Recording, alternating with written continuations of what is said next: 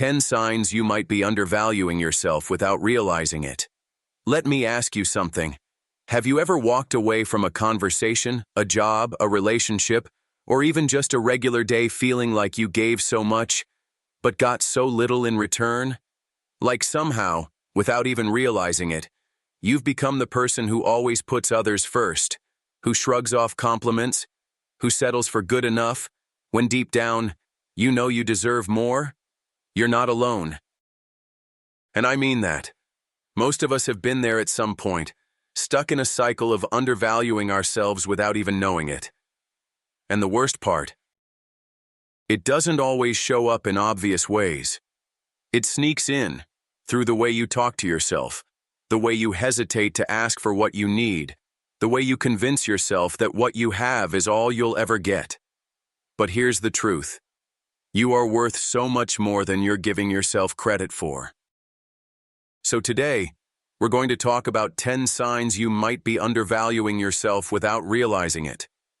And I need you to stick with me, because once you start recognizing these patterns, you can start breaking them.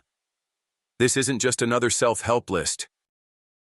This is about you, your happiness, your confidence, your power. Because when you start valuing yourself the way you should, everything changes.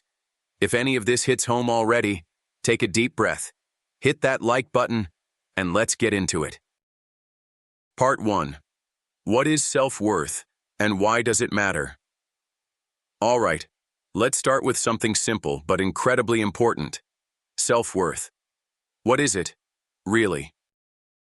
And why does it matter more than most of us realize? See, self-worth isn't just about feeling good about yourself. It's deeper than that. It's the foundation for how you allow the world to treat you. It's the invisible force that decides whether you chase after your dreams or hold yourself back, whether you demand respect or silently accept less than you deserve. But here's the tricky part. It's not always loud. A lack of self-worth doesn't always look like low confidence or insecurity. It can be subtle. It can look like being too easygoing. It can look like being the dependable one who never asks for anything in return. It can look like always saying, "It's fine, I don't mind," even when you do. And the scariest part? Most people don't even realize it's happening. Let me paint a picture for you. Imagine you're at work, and your boss gives you twice as much work as your coworker, but for the same pay. You feel frustrated, maybe even resentful, but you don't say anything. Why? Because you don't want to seem difficult. Because you tell yourself, maybe I'm just being dramatic. Maybe I should be grateful I even have a job. Or maybe in a relationship, you constantly go the extra mile, always listening, always understanding, always giving. But when you need support, you hesitate. You don't want to bother them. You tell yourself, they're probably busy. I don't want to seem needy. Do you see the pattern? Self-worth is about believing you are valuable, regardless of how others treat you. And when you don't fully believe that, it shows up in the way you let things slide, the way you stay quiet, the way you convince yourself that this is just the way things are. But let me tell you something. It's not. The way you value yourself sets the tone for how others will value you. If you act like you're replaceable, people will treat you like you are. If you don't set boundaries, people will assume you don't need them. That's why today is important. Because once you recognize these 10 hidden signs of undervaluing yourself, you can start making changes, real, life-changing shifts that will help you step into your power. And trust me, you deserve that. All right, let's get into it. Here are 10 signs you might be undervaluing yourself without realizing it, starting with the first one, and it's a big one. Part 2. 10 signs you might be undervaluing yourself without realizing it. Now that we understand why self-worth matters, it's time to get real. Let's talk about the hidden signs that you might be undervaluing yourself. Some of these might hit harder than others, but that's a good thing. It means you're starting to see the patterns you can break. So let's dive in. Here's sign number 1. 1. You apologize for things you shouldn't have to apologize for. How many times a day do you say sorry? Be honest. If you bump into someone, you say sorry. If someone interrupts you, you say sorry. If you're feeling tired, if you're running late, if you need to ask for something, sorry, sorry, sorry. But here's the thing. Not everything is your fault.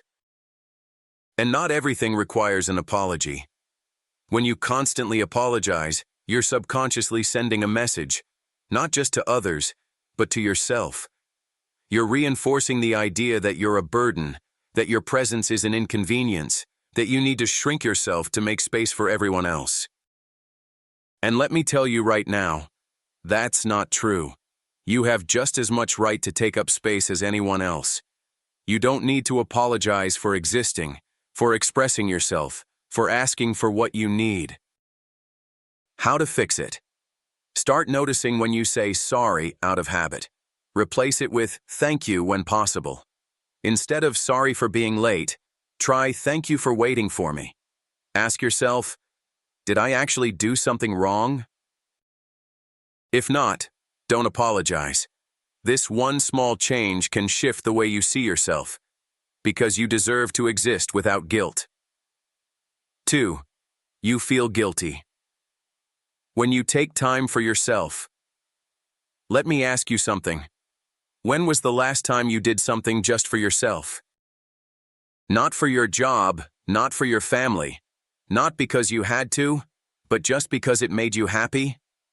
If you struggle to remember, this might be a sign. So many of us have been conditioned to believe that rest is selfish. That taking a break means you're lazy, or that putting yourself first means you're neglecting others. But let's flip the script for a second. Think of someone you love.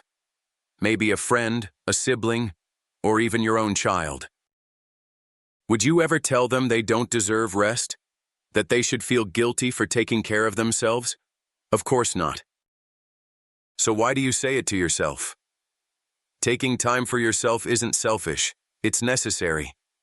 You can't pour from an empty cup. If you're constantly giving without ever refilling your own energy, you'll burn out. And when you burn out, you're no good to anyone, including yourself. How to fix it? Schedule you time, like it's an important appointment, because it is. Remind yourself, rest is productive. It makes you stronger, healthier, and happier. Start small. Even 10 minutes of doing something just for you is a step in the right direction. 3. You struggle to accept compliments. Picture this.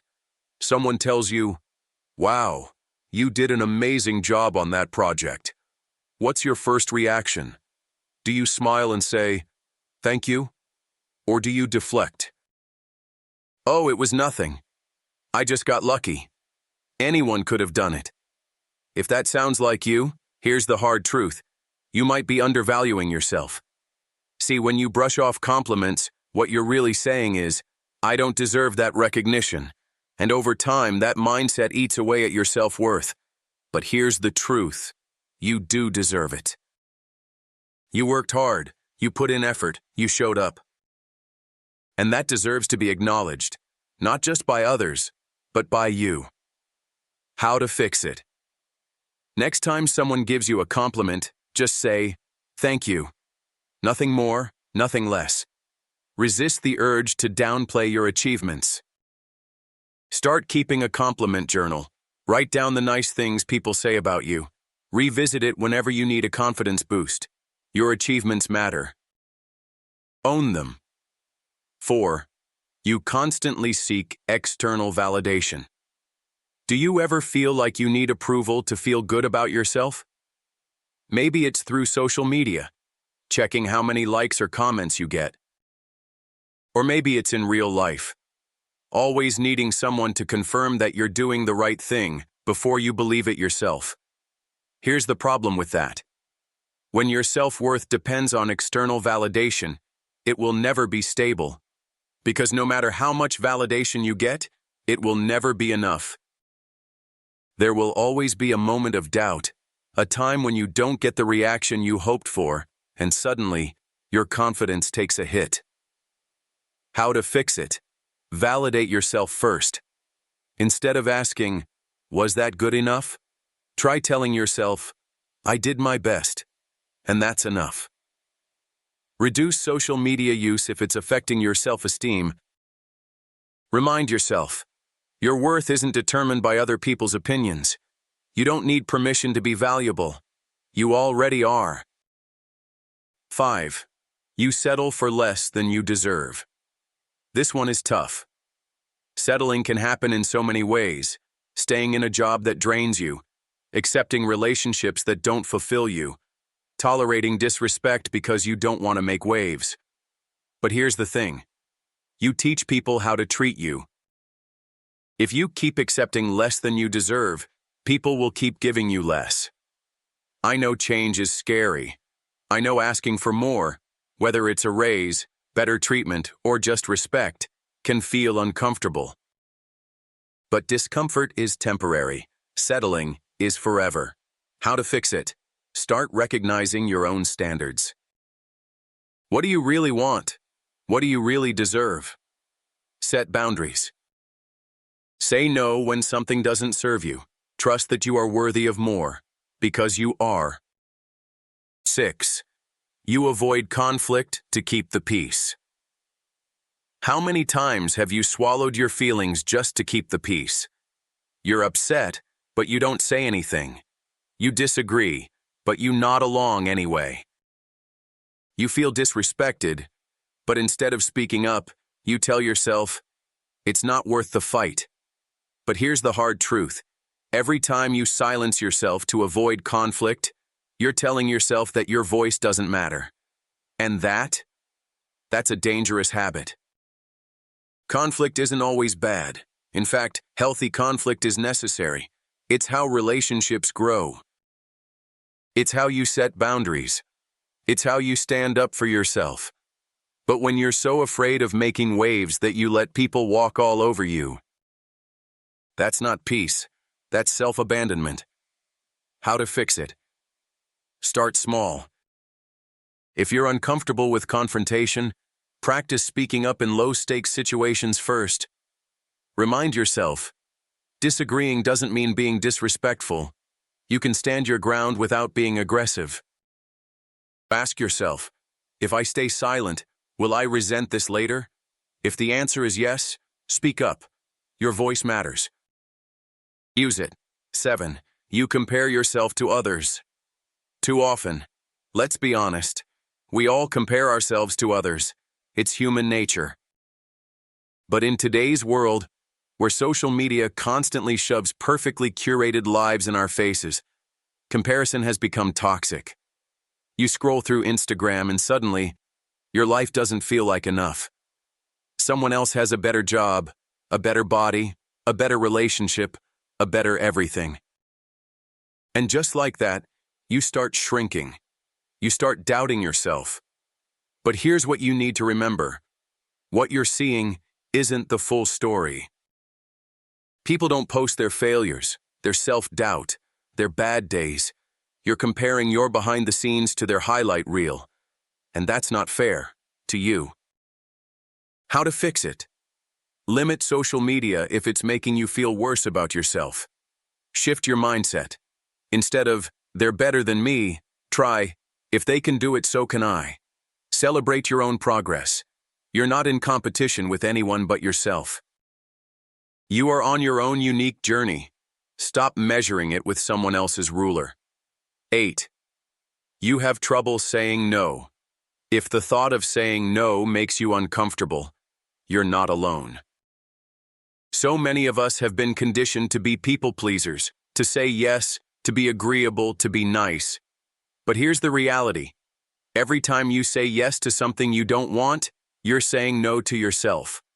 No to your time, no to your energy. No to your peace of mind. And the more you do it, the more people expect it. Because guess what? People will take as much as you let them. How to fix it.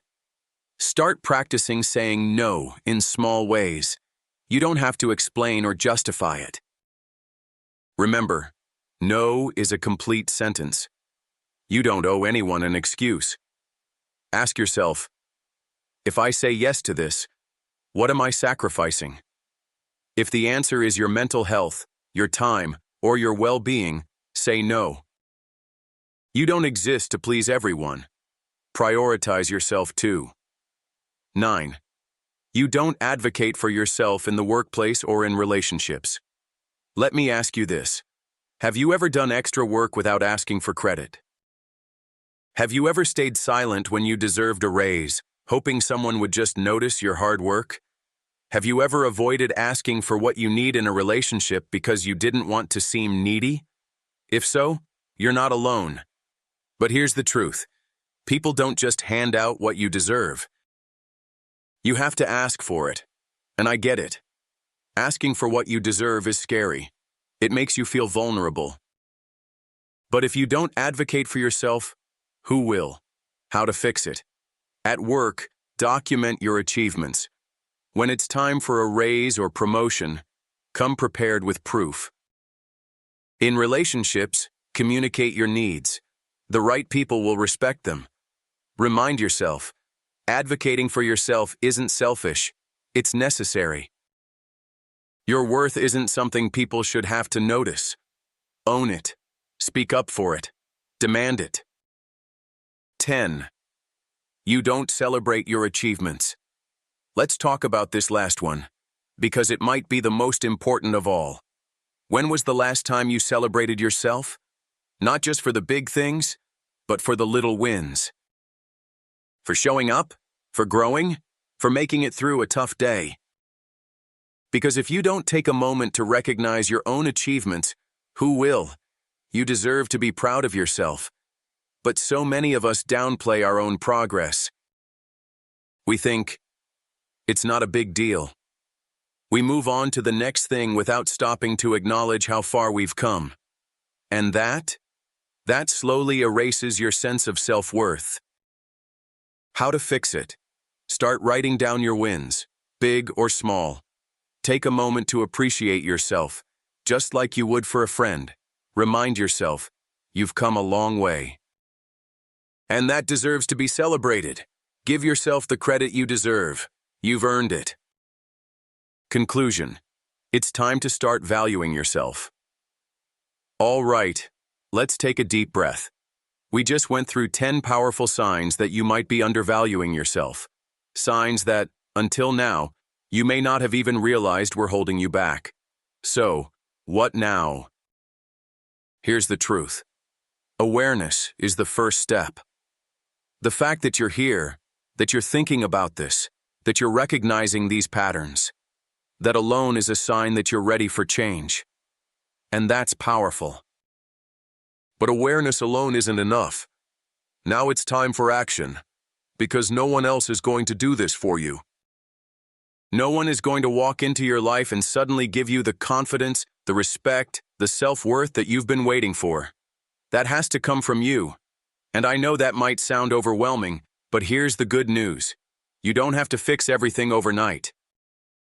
You don't have to become a whole new person by tomorrow. All you have to do is take one small step today. Maybe that means not apologizing for something that isn't your fault.